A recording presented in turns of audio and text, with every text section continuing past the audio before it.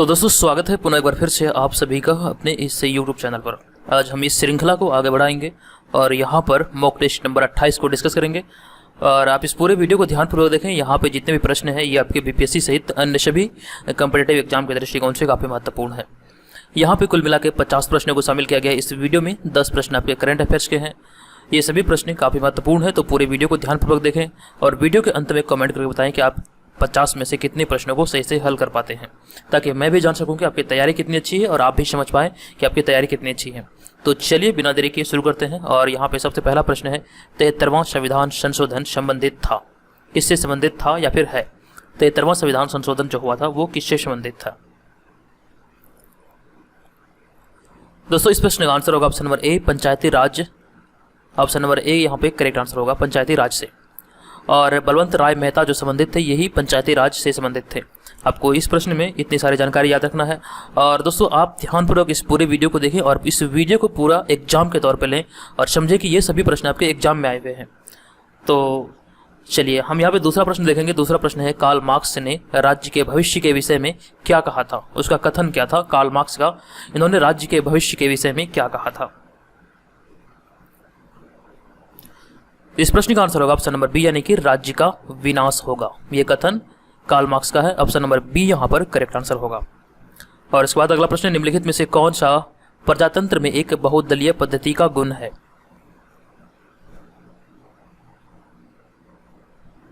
इस प्रश्न का आंसर होगा ऑप्शन नंबर बी। प्रश्न है निम्नलिखित में से कौन सा प्रजातंत्र में एक बहुदलीय पद्धति का गुण है? तो सही आंसर ऑप्शन नंबर बी, यानी कि सभी समूह का प्रतिनिधित्व होता है। तो ऑप्शन नंबर बी यहाँ पे करेक्ट आंसर होगा। और इसके बाद हम देखेंगे अगला नंबर प्रश्न, चौथा प्रश्न है संयुक्त राष्ट्र संघ का मुख्य कार्यालय निम्नलिखित में से किस शहर में है? काफी इजी प्रश्न है, बताइए इसका आंसर क्या होगा? संयुक्त राष्ट्र संघ का, संयुक्त राज्य संघ का मुख्य कार्यालय निम्नलिखित में से किस शहर में है? इसका आंसर हो जाएगा न्यूयॉर्क। ऑप्शन नंबर ए यहाँ पे करेक्ट आंसर होगा, न्यूयॉर्क, अमेरिका। नेक्स्ट प्रश्न है संयुक्त राष्ट्र संघ ने निम्नलिखित में से कौन से दिन मानव अधिकारों का घोषणा पत्र स्वीकृत किया था?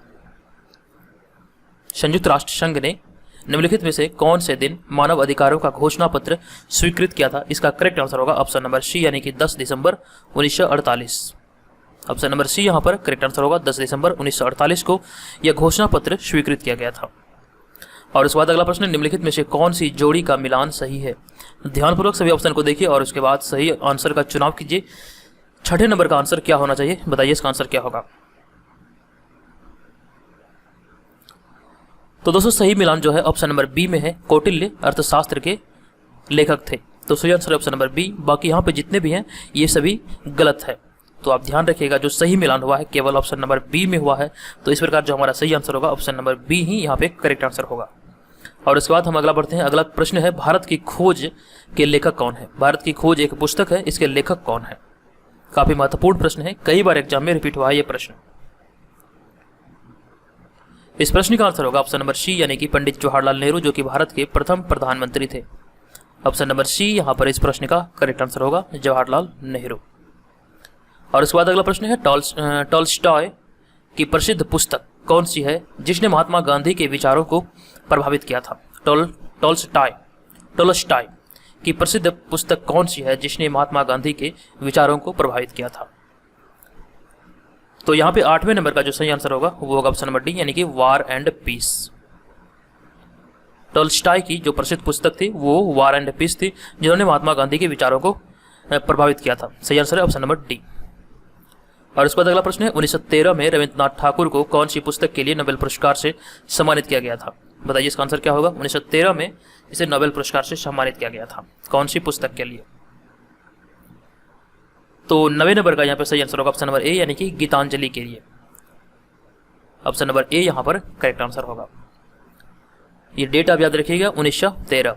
और उसके बाद अगला प्रश्न है निम्नलिखित में से कौन से पंजाबी लेखक इलस्ट्रेटेड वीकली ऑफ इंडिया के संपादक थे? काफी महत्वपूर्ण प्रश्न है। 10वें नंबर का जो सही आंसर होगा वो होगा ऑप्शन नंबर ए, खुशवंत सिंह। ऑप्शन नंबर ए यहाँ पर करेक्ट आंसर है, खुशवंत सिंह। दोस्तों अब बात करते हैं टेस्ट सीरीज के बारे में, जो इस चैनल के माध्यम से 66वीं बीपीएससी एग्जाम के लिए टेस्ट सीरीज का आयोजन कराया जा रहा है।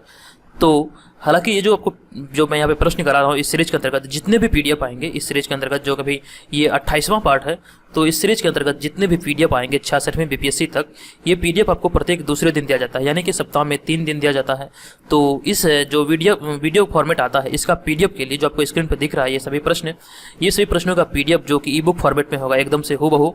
तो अगर आप वो लेना चाहते हैं तो यहाँ पे स्क्रीन पर जानकारी दी गई है, आप यहाँ पे पढ़ सकते हैं। अगर आप भी 66वीं बीपीएससी की तैयारी में लगे हैं और परीक्षा में शामिल होना चाहते हैं और इसी तरह के पीडीएफ चाहते हैं जो आपको परीक्षा में सफलता की ओर ले जाएगा, तो आप भी हमारे पेड ग्रुप को ज्वाइन करें। पेड ग्रुप को ज्वाइन करने के लिए हमारे व्हाट्सअप नंबर यहाँ पे स्क्रीन पर आपको दिख रहा है, इस पर पेड लिखकर मैसेज करें और केवल इसके लिए आपको 49 रुपये पे करने की जरूरत है। 49 रुपये पे करेंगे और 66वीं बीपीएससी तक आपको रेगुलर यहाँ पे टेस्ट सीरीज का पीडीएफ दिया जाएगा। अगर आप इच्छुक हैं तो हमें इस व्हाट्सअप नंबर पर मैसेज कर सकते हैं पेड लिखकर। अगला प्रश्न है, मालगुडी डेज किसने लिखी है? काफी चर्चित प्रश्न है, मालगुडी डेज के लेखक कौन है? तो यहाँ पे आपको कंफ्यूज नहीं होना है, इसका जो सही आंसर होगा वो ऑप्शन नंबर सी होगा। R.K. नारायण जो है वो मालगुडी डेज के लेखक हैं। ऑप्शन नंबर सी यहाँ पर करेक्ट आंसर होगा। अगला प्रश्न है, ओसामा बिन लादेन का नाम संबंधित था। ध्यानपूर्वक ऑप्शन को पढ़िए और बताइए इसका आंसर क्या होगा। ओसामा बिन लादेन का नाम संबंधित था, किससे संबंधित था? तो 12 नंबर का जो सही आंसर होगा वो होगा ऑप्शन नंबर सी, यानी कि अल-कायदा से। ओसामा बिन लादेन अल-कायदा से संबंधित था। अगला प्रश्न है, सिंधु घाटी सभ्यता किस काल में पड़ती है? ये भी काफी महत्वपूर्ण प्रश्न है। सिंधु घाटी सभ्यता जो थी वो यहाँ पे आपको बताना है कि ये किस काल में पड़ती थी। तो दोस्तों इसका आंसर जो होगा वो होगा आद्य ऐतिहासिक काल। प्राचीन भारत के इतिहास के 3 खंड हैं, जो आद्य ऐतिहासिक, प्राग ऐतिहासिक और ऐतिहासिक। तो इसके बारे में एकदम से डिटेल में आप जान सकते हैं और यहाँ से कई बार एग्जाम में प्रश्न कई बार पूछे गए हैं। तो आप ये सारी चीज़ों को ध्यान रखें। आप बीपीएससी की एग्जाम की तैयारी में लगे हुए हैं तो सभी पक्षों को आपको एकदम से अच्छी तरीके से एकदम से कंठस्थ करना होगा। जो भी मतलब पॉइंट हैं, एकदम से महत्वपूर्ण पॉइंट जो एग्जाम में कई बार रिपीट हुए हैं, वे सभी प्रश्नों को आपको ध्यान में रखना पड़ेगा। हालांकि मेरा पूरा एकदम से क्या कहते हैं कि मेरा एकदम पूरा लक्ष्य रहता है कि मैं आपको एकदम से बेहतर चीज़ें आपको मतलब कि इस टेस्ट सीरीज के माध्यम से आपको प्रोवाइड करा सकूं। बस आप लोगों का प्यार और सपोर्ट इस तरह से बना रहे। वीडियो से अगर आपको हेल्प मिलती हो तो सचमुच में, अगर आप इससे थोड़ा भी प्रभावित होते हैं, आपको जरा से भी हेल्प मिलती है, तो प्लीज़ आपसे एक रिक्वेस्ट है कि आप वीडियो को लाइक करना ना भूलिएगा। वीडियो को लाइक करके हमारे मोटिवेशन को बढ़ाइए, सपोर्ट कीजिए, कमेंट कीजिए कि आपको ये कैसा लगता है। बस आपको 1 मिनट का समय लगेगा, आप इस बीच में कमेंट भी कर सकते हैं। तो इससे ये होगा कि मुझे और भी वीडियो बनाने का इच्छा करेगा और मैं भी जोर शोर से वीडियो बनाऊंगा। तो इस बात का ध्यान रखेंगे। चलिए हम आगे बढ़ेंगे और देखेंगे 14वां नंबर प्रश्न है, ब्राह्मण युग का समय क्या था? तो ब्राह्मण युग का जो समय था वो माना जाता है 800 से 600 ईसा पूर्व का काल, यानी कि ऑप्शन नंबर बी यहाँ पे करेक्ट आंसर होगा। ब्राह्मण युग का काल जो है वो 800 से 600 ईसा पूर्व का काल माना जाता है। और उसके बाद अगला जो प्रश्न है, महात्मा गांधी की आत्मकथा का क्या नाम है? काफी चर्चित प्रश्न है, महात्मा गांधी की आत्मकथा का क्या नाम है? ये सभी लोगों को पता होगा, जो भी खास करके अगर बीपीएससी एग्जाम की तैयारी में लगे हुए हैं। तो ये प्रश्न ऐसा प्रश्न है, कई बार एग्जाम में पूछे गए हैं, तो सभी लोगों को आई थिंक पता होगा। इसका जो आंसर होगा वो होगा माई एक्सपेरिमेंट विथ ट्रुथ। इसका सही आंसर ऑप्शन नंबर सी, महात्मा गांधी की आत्मकथा है ये। चलिए हम आगे बढ़ेंगे। अगला प्रश्न है, निम्नलिखित में से किस शहर में मदर टेरेसा द्वारा स्थापित मिशनरीज ऑफ चैरिटी स्थित है? यहाँ पे गलती से मिशन लिखा गया है, मिशनरीज ऑफ चैरिटी स्थित है।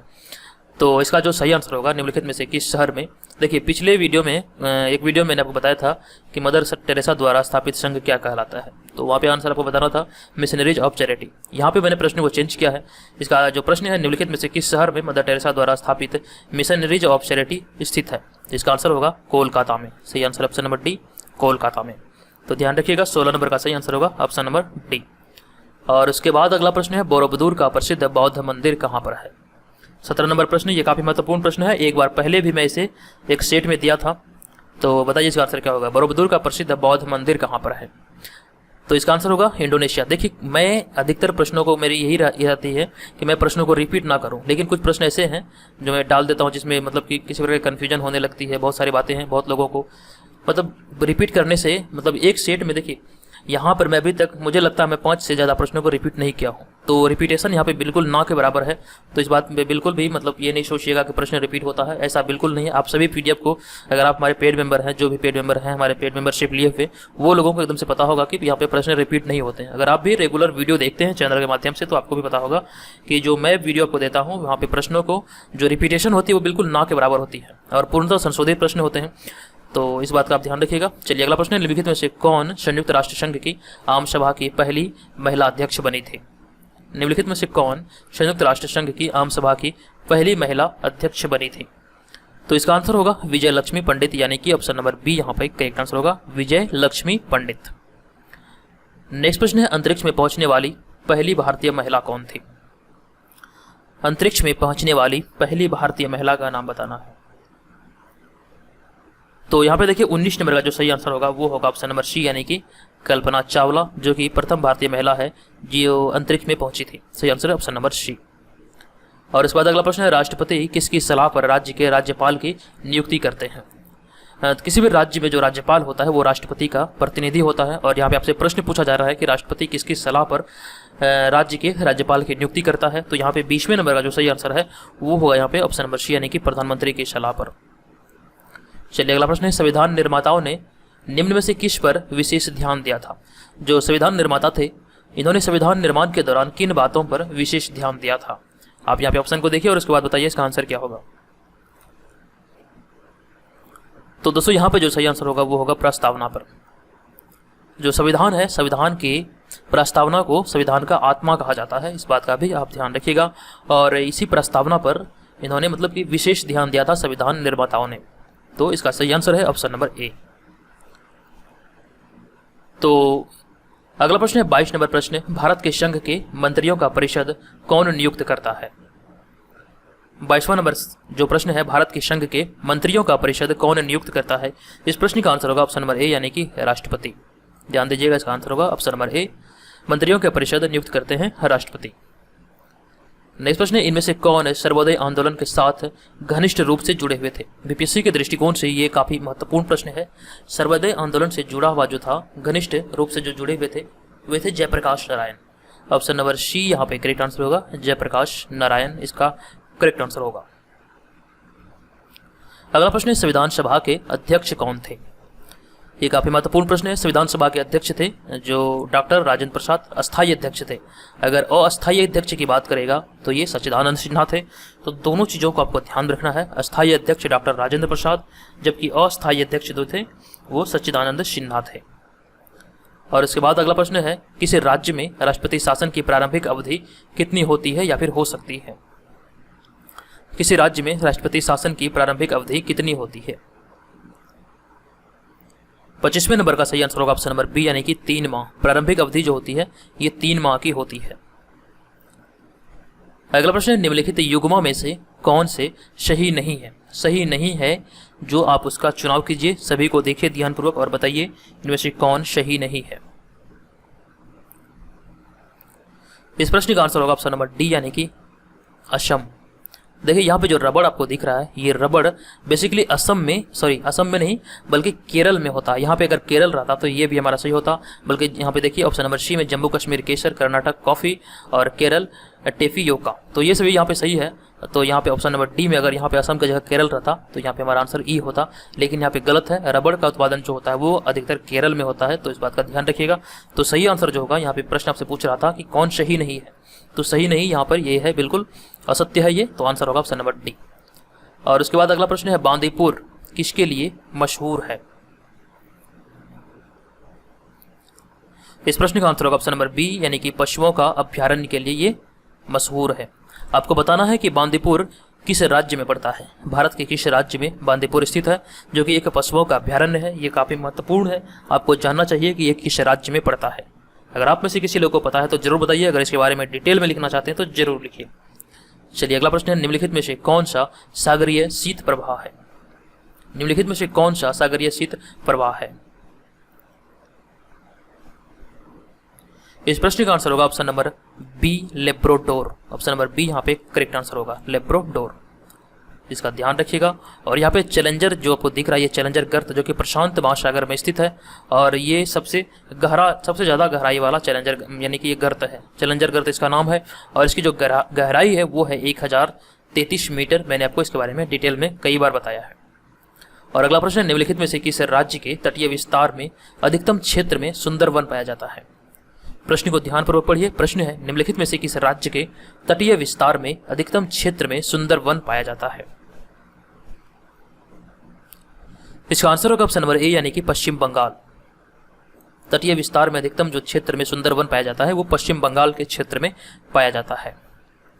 और उसके बाद अगला प्रश्न है, निम्नलिखित में से किस राज्य की सबसे लंबी तटरेखा है। यहाँ पे आपको कंफ्यूज नहीं करना है, ध्यानपूर्वक देखिए और बताइए इसका आंसर क्या होगा। निम्नलिखित में से किस राज्य की सबसे लंबी तटरेखा है। तो दोस्तों सबसे लंबी जो तटरेखा है भारत में, अगर किसी राज्य की अगर बात करें तो वो है हमारा गुजरात। तो यहाँ पे हमको ऑप्शन में गुजरात नहीं दिख रहा है, तो जो दूसरी सबसे लंबी तटरेखा है वो है हमारा आंध्र प्रदेश। तो यहाँ पे आपको क्या कह रहा है, प्रश्न को आप देखिए, प्रश्न आपसे कह रहा है निम्नलिखित में से, ये शब्द यहाँ पे काफी महत्वपूर्ण है, निम्नलिखित में से मतलब कि निम्नलिखित में से यहाँ पे जो 4 है इसमें से किस राज्य की सबसे लंबी तटरेखा है। तो आंध्र प्रदेश हमारा आंसर हो जाएगा। ठीक है, तो यहाँ पे आप ध्यान रखिएगा, इसका आंसर होगा ऑप्शन नंबर सी। चलिए हम आगे बढ़ेंगे। तमिलनाडु के तटीय प्रदेश में शीतकालीन वर्षा का कारण निम्नलिखित में से कौन सा है। तमिलनाडु के तटीय प्रदेश में शीतकालीन वर्षा का कारण निम्नलिखित में से क्या है। तो यहाँ पर 31 नंबर का जो सही आंसर होगा वो होगा दक्षिणी पश्चिमी मानसून। ऑप्शन नंबर ए यहाँ पर करेक्ट आंसर होगा, दक्षिणी पश्चिमी मानसून, जो कि तमिलनाडु के तटीय प्रदेश में शीतकालीन वर्षा का कारण बनता है। सही आंसर ऑप्शन नंबर ए। चलिए अगला प्रश्न है, आईने अकबरी के लेखक कौन है। ये काफी इजी प्रश्न है। आईने अकबरी के लेखक हैं ऑप्शन नंबर ए, यहाँ पे करेक्ट आंसर होगा अब्दुल फजल या फिर अबुल फजल भी कई जगह लिखा मिलता है। तो आप ध्यान रखिएगा, आईने अकबरी के लेखक हैं अबुल फजल या फिर अब्दुल फजल। अगला प्रश्न है, निम्नलिखित में से किसने इबादत खाना बनाया था या फिर इबादत खाना का निर्माण किया था। तो इबादत खाना किसने बनाया था, बनवाया था या फिर निर्माण कराया था। 33 नंबर का जो सही आंसर होगा वो हमारा हो जाएगा ऑप्शन नंबर ए, यानी कि अकबर ने। इबादत खाना का निर्माण अकबर ने करवाया था। चलिए अगला प्रश्न है, बुद्ध के उपदेश सबसे ज्यादा संबंधित थे, किससे संबंधित थे। बताइए इसका आंसर क्या होगा। बुद्ध के उपदेश सबसे ज्यादा संबंधित थे। तो यहाँ पर इस प्रश्न का 34 नंबर का जो सही आंसर होगा ऑप्शन नंबर ए करेक्ट होगा, सुविचार और सुचरित्र से। बुद्ध के उपदेश ज्यादातर सुविचार और सुचरित्र से संबंधित थे। अगला प्रश्न है, अहिंसा और असहयोग आंदोलन का निर्णय भारतीय राष्ट्रीय कांग्रेस के कौन से अधिवेशन में लिया गया था। अहिंसा और असहयोग आंदोलन का निर्णय भारतीय राष्ट्रीय कांग्रेस के कौन से अधिवेशन में लिया गया था। 35 नंबर का जो करेक्ट आंसर होगा वो हमारा ऑप्शन नंबर सी हो जाएगा, कोलकाता। अब बताइए ये अधिवेशन किस वर्ष में हुआ था। अगर आपको पता है तो बताइए ये अधिवेशन किस वर्ष में हुआ था, ये कौन सा अधिवेशन था जिसमें अहिंसा और असहयोग आंदोलन का निर्णय लिया गया था। चलिए भारतीय राष्ट्रीय कांग्रेस के बारे में मैंने आपको कई बार बताया है, यहाँ पे बताने की जरूरत नहीं है। अगला प्रश्न है, निम्नलिखित में से कौन सा महाजनपद उसकी राजधानी से सुमेलित नहीं है। निम्नलिखित में से कौन सा महाजनपद उसकी राजधानी से सुमेलित नहीं है। आप सभी को पता होगा प्राचीन भारत में 16 महाजनपदों की चर्चा मिलती है। जो ये जनपद है, सबसे पहले इसकी चर्चा जो अंगुत्तर निकाय और भगवती सूत्र जो बौद्ध और जैन धर्म की पुस्तक है उसमें मिला था। तो यहाँ पे प्रश्न पूछा जा रहा है, जो महाजनपद है उसकी राजधानी से कौन सुमेलित नहीं है। बताइए इसका आंसर क्या होगा। 36 का।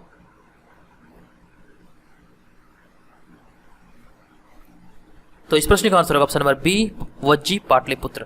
देखिए वज्जी यहाँ पे जो पाटलिपुत्र था वो मगध जनपद की राजधानी थी। तो हमारा आंसर होगा ऑप्शन नंबर बी, ये सुमेलित नहीं है। बाकी यहाँ पे जो आपको दिख रहा है सभी, ये सभी सुमेलित है। और आप बीपीएससी एग्जाम की तैयारी में लगे हुए हैं तो एक बार महाजनपद से संबंधित जितने भी महत्वपूर्ण फैक्ट हैं उसे एकदम से डिटेल में पढ़ लीजिए। महाजनपद के बारे में जानना काफी अति आवश्यक है, क्योंकि कई बार प्रारंभिक परीक्षा में यहाँ से महाजनपद से 1 या 2 प्रश्न पूछे गए हैं, तो इसको ध्यान में रखिएगा। चलिए अगला प्रश्न है, निम्नलिखित में से दिल्ली के किस सुल्तान ने पहली बार भारतीय मुसलमानों को प्रशासन के साथ जोड़ने का प्रयास किया था। दिल्ली के किस सुल्तान ने पहली बार भारतीय मुसलमानों को प्रशासन के साथ जोड़ने का प्रयास किया था। तो 37 नंबर का जो सही आंसर होगा वो हमारा ऑप्शन नंबर ए हो जाएगा, अलाउद्दीन खिलजी। ये प्रयास प्रथम बार अलाउद्दीन खिलजी के द्वारा किया गया था। तो आंसर होगा ऑप्शन नंबर ए, यानी कि अलाउद्दीन खिलजी। चलिए उसके बाद हम आगे बढ़ेंगे और अगला प्रश्न है 38 नंबर प्रश्न, 1885 ईस्वी में भारतीय राष्ट्रीय कांग्रेस का प्रथम अधिवेशन कहाँ हुआ था। ये काफी महत्वपूर्ण प्रश्न है 38 नंबर प्रश्न। तो ये जो अधिवेशन हुआ था भारतीय राष्ट्रीय कांग्रेस का प्रथम अधिवेशन 1885 ईस्वी में, ये हमारा आंसर होगा ऑप्शन नंबर बी, यानी कि मुंबई में हुआ था। गोकुल धाम तेजपाल ऐसे करके कुछ नाम है, संस्कृत विद्यालय में हुआ था। ऑप्शन नंबर बी यहाँ पे करेक्ट आंसर होगा। और इसमें कांग्रेस के 72 सहयोगियों ने इसमें भाग लिया था, यानी कि 72 लोगों ने इसमें भाग लिया था पहले अधिवेशन में। और इसकी अध्यक्षता जो किया गया था वो व्योमेश चंद्र बनर्जी के द्वारा किया गया था। और ये सारी चीजें आपको ध्यान रखना है। चलिए आगे बढ़ेंगे और अगला प्रश्न है 39 नंबर प्रश्न, भारत की प्रथम महिला शासक कौन बनी थी। 39 नंबर प्रश्न, भारत की प्रथम महिला शासक कौन बनी थी? आप सभी को पता होगा रजिया सुल्तान या फिर रजिया बेगम इसका आंसर होगा। ऑप्शन नंबर बी यहाँ पे करेक्ट आंसर होगा। आपको बताना है कि रजिया बेगम या फिर रजिया सुल्तान किसकी पुत्री थी।